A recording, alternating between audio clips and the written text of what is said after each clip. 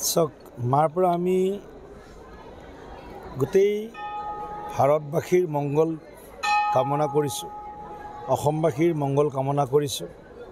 লগতে ভাৰতীয় জনতা পাৰ্টিৰ যি আমাৰ কাৰ্যকৰ্তাসকল আছে তেওঁলোকৰ বাবেও মংগল আশীৰ্বাদ কামনা কৰিছোঁ আৰু ব্যক্তিগতভাৱেও মায়ে যাতে আমাক সকলো সময়তে আমাৰ শিৰত আশীৰ্বাদ ৰাখে সেইটোৱে বিচাৰিছোঁ। আৰু বাকী আৰু মায়েতো দিয়ে থাকে, মাৰ মানে কামটোৱে হ'ল দিয়া, গতিকে মায়ে সকলোকে দি থাকে।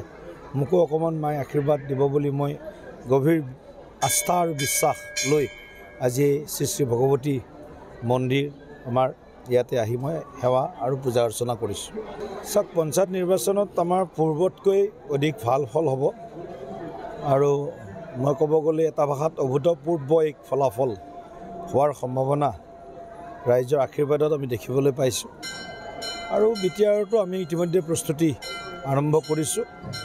প্ৰাৰম্ভিক প্ৰস্তুতি যাক কোৱা হয়, আমাৰ ৰাজ্যিকৰ যিখন কৰ্ণধাৰ সমিতি সেইখন ইতিমধ্যে আমাৰ প্ৰস্তুত হৈছে। মুখ্যমন্ত্ৰী ডাঙৰীয়া, সৰ্বানন্দ সোণোৱাল ডাঙৰীয়া, আমি সকলোৱে মিলি আমাৰ টীম বিটিআৰ গোটেই লগ লাগি আমি এখন 17জনীয়া এখন কমিটি ইতিমধ্যে আমি প্ৰস্তুত কৰিছোঁ।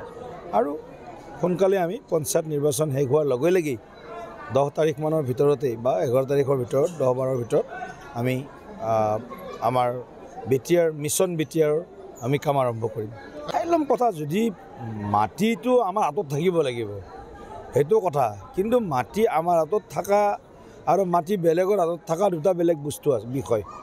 আৰু মাটিৰ মানে ব্যৱহাৰ, মাটি থাকিলেইতো নহ'ব। চনপৰা মাটি বহুত আছে অসমত, চনপৰা মাটি থাকিব নালাগিব। যি মাটিৰে উৎপাদন হ'ব, যিটো আমি কওঁ পথাৰো আমাৰ বজাৰো আমাৰ, গতিকে পথাৰো আমাৰ বজাৰো আমাৰ নীতিৰে খিলঞ্জীয়া মানুহৰ হিতৰ বিপৰীতে যোৱা কাম ভাৰতীয় জনতা পাৰ্টীয়ে একো কৰা নাই, একো নকৰে।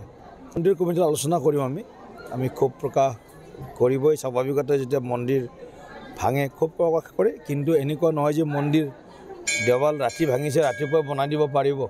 ইয়াৰ কাৰণে এটা উপযুক্ত সময় লাগিব, তাৰ কাৰণে পৰিকল্পনা লাগিব, কি তাৰ টেকনিকেল মানে ইছ্যু আছে এইবিলাক গোটেই চাব লাগিব।